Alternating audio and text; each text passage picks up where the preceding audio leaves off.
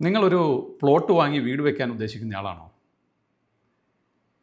നിങ്ങളുടെ ഡെവലപ്പർക്ക് RERA registration ഉണ്ടോ? അതുപോലെ തന്നെ നിങ്ങൾ വാങ്ങാൻ ഉദ്ദേശിക്കുന്ന പ്രോപ്പർട്ടിക്ക് ലേ ഔട്ട് അപ്രൂവലും ഡെവലപ്മെൻറ്റ് പെർമിറ്റും എടുത്തിട്ടുണ്ടോ?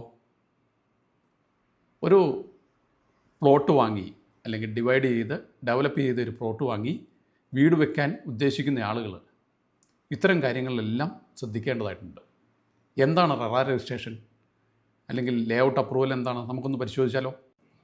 കേരള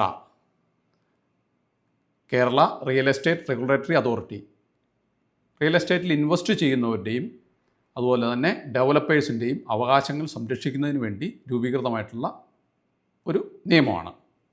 ഇത് പ്രകാരം 500 സ്ക്വയർ മീറ്ററിന് മുകളിൽ പ്ലോട്ട് ഏരിയ വരുന്ന പ്ലോട്ടുകൾ ഡിവൈഡ് ചെയ്യുമ്പോഴും 8-ലധികമോ ആയിട്ട് നമ്മുടെ പ്രോപ്പർട്ടി ഡിവൈഡ് ചെയ്ത് സെല്ല് ചെയ്യാൻ ഉദ്ദേശിക്കുന്നുണ്ടെങ്കിലും കേരള രജിസ്ട്രേഷൻ ഉറപ്പായും എടുത്തിരിക്കണം. ഏതൊരു ഡെവലപ്മെൻറ്റിനും തദ്ദേശ സ്വയംഭരണ സ്ഥാപനങ്ങളിൽ നിന്നും ഡെവലപ്മെൻറ്റ് പെർമിറ്റ് അനിവാര്യമാണ്. അതുപോലെ തന്നെ 1/2 ഹെക്ടറിലധികമുള്ളതും 10-ലധികം ഡിവിഷൻസ് വരുന്നതുമായ പ്ലോട്ട് ഡെവലപ്മെൻറ്റുകൾക്ക് ജില്ലാ ടൗൺ പ്ലാനറിൽ നിന്നും ലേ ഔട്ട് അപ്രൂവലും വേണ്ടതാണ്.